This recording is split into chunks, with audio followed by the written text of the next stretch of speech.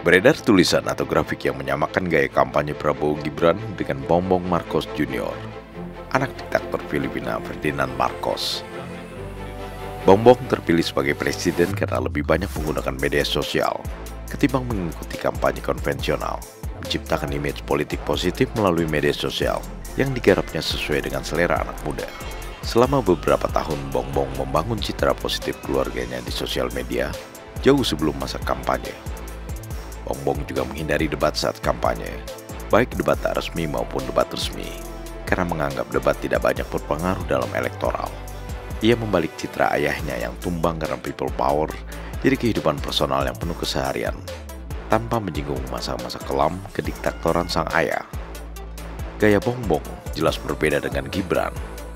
Gibran menggunakan sosial media tidak hanya saat kampanye presiden saja, sejak menjadi pengusaha hingga wali kota Surakarta, Gibran pengguna aktif sosial media. Kalau dilihat konten sosial media Gibran, sejak awal memang berbicara dengan gaya dan bahasa anak muda. Gaya ini tidak dibuat-buat, tapi memang genuine sebagai anak muda. Tak ada sejarah kelam yang sedang dibalikkan oleh Gibran. Gaya gemoy yang sekarang viral di media sosial dan digemari anak-anak muda juga bukan lahir dari perencanaan matang kampanye di sosial media.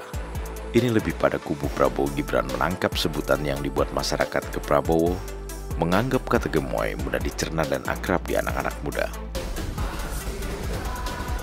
Prabowo Gibran mengadopsi gemoy jadi identitas mendekati anak-anak muda, terutama di sosial media. Sementara untuk debat, makanya saya datang tuh kalau yang resmi-resmi aja ya. Gibran tegas menyatakan akan menghadiri debat resmi yang diadakan KPU. Ini berbeda dengan Bongbong yang menolak debat apapun. Gibran juga sering belusukan ketimbang tampil membuat konten pencitraan di sosial media. Selain itu, visi misi juga banyak dibicarakan Gibran maupun Prabowo dalam setiap pidato kampanye atau safari politik. Juga dapat ditemui di sosial media yang dapat diakses anak-anak muda. Zaman berubah. Sosial media telah jadi referensi bagi anak-anak muda. Menggunakan sosial media sebagai lahan kampanye justru bagian dari elemen kreatif yang mesti dilakukan tiap paslon. Jika gemoy lebih populer, itu karena kata gemoy lahir organik, yakni dari anak-anak muda para pengguna sosial media. Jadi, siapa takut?